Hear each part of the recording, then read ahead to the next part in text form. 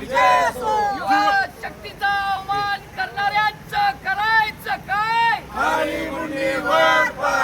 Doctor Babasaheb आंबेडकरांचा doctor Babasaheb आंबेडकरांचा युवा शक्तीचा युवा पॅन्थरचा संविधान आज देशामध्ये युवकांचं बेरोजगारीचं प्रमाण हे फार मोठ्या प्रमाणात आहे आणि युवक आपापल्या पद्धतीने गोरगरीब जनताही कष्ट करून जगत आहे आणि याला कुठंतरी नाव ठेवण्यासाठी सरन्यायाधीश जस्टिस सरन्यायाधीश सूर्यकांत यांनी युवकांना हिनवलं आहे, जुरळ म्हणून उपमा दिली आहे. तर त्याचा आम्ही जाहीरपणे धिक्कार आणि निषेध करत आहोत. अभिजित दिपके या युवकाने एक नवीन प्रकारे युवकांना एकत्र आणण्यासाठी कॉक्रोच जनता पार्टीची स्थापना केली आहे.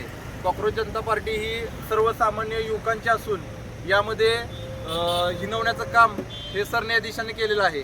तरी आम्ही त्यांचा जाहीर निषेध करतो. सरन्यायाधीशांना एकच सांगणं आहे की देशाची जनता ही शांत बसणार नाही. या देशातला युवा वर्ग हा सुशिक्षित आहे.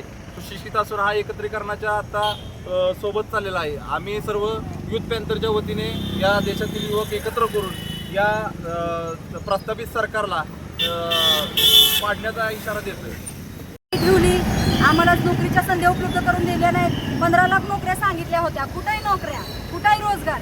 इथं गॅस भेटणं झालेत. लोकांवरती हातगाड्यांवरती जे कामधंदे करतायत तरुण युवक, कोण कुठं ग्रॅज्युएशन करून चहा विकत होता त्याचा देखील गॅस बंद केलाय. तुम्ही शिक्षण दिलंय, खंडीवर शिक्षण दिलंय. शिक्षण सक्तीचं मोफत आहे ना? कुठं आहे शिक्षण मोफत सक्तीचं? सांगा बरं तुम्ही. आज शिक्षण करायला गेलं तर भरसमाट फी आहे. ते फी पुढचं ऍडमिशन नोकरीसाठी गेलं तर नोकरीसाठी तिथं पैसे मागतात. एका सरकारी नोकरीसाठी आपण जर सर्वे केला तर किमान 1000 नोकऱ्या जर सरकारी असतील तर त्याला 27 आणि 28 30 हजार अर्ज असतात. यातनं रिक्रुटमेंट कुठं आहे? यातनं बेरोजगारीचं प्रमाण का वाढतंय? आता देशामध्ये गांजा, चरस, ज्या काही नशेचे पदार्थ आहेत, आजकालची तरुण पिढी CGI सूर्यकांत साहेब काय म्हणले की आम्ही पॅरासाईट आहे, काय आम्ही परजीवी आहे. हो हाय, आम्ही परजीवी. कुणी बनवलं आम्हाला परजीवी? या प्रशासनानंच बनवलं ना. लोन घ्यायला गेले तर काय म्हणतात, तुमचं सिबिल खराब आहे, आम्ही देऊ शकत नाही, कोटा पूर्ण आहे. 100 वेळा त्या बँकेच्या चक्रा मारायला लागतात. काय करणार आम्ही? शेवटी जुरळच व्हायला लागलं ना.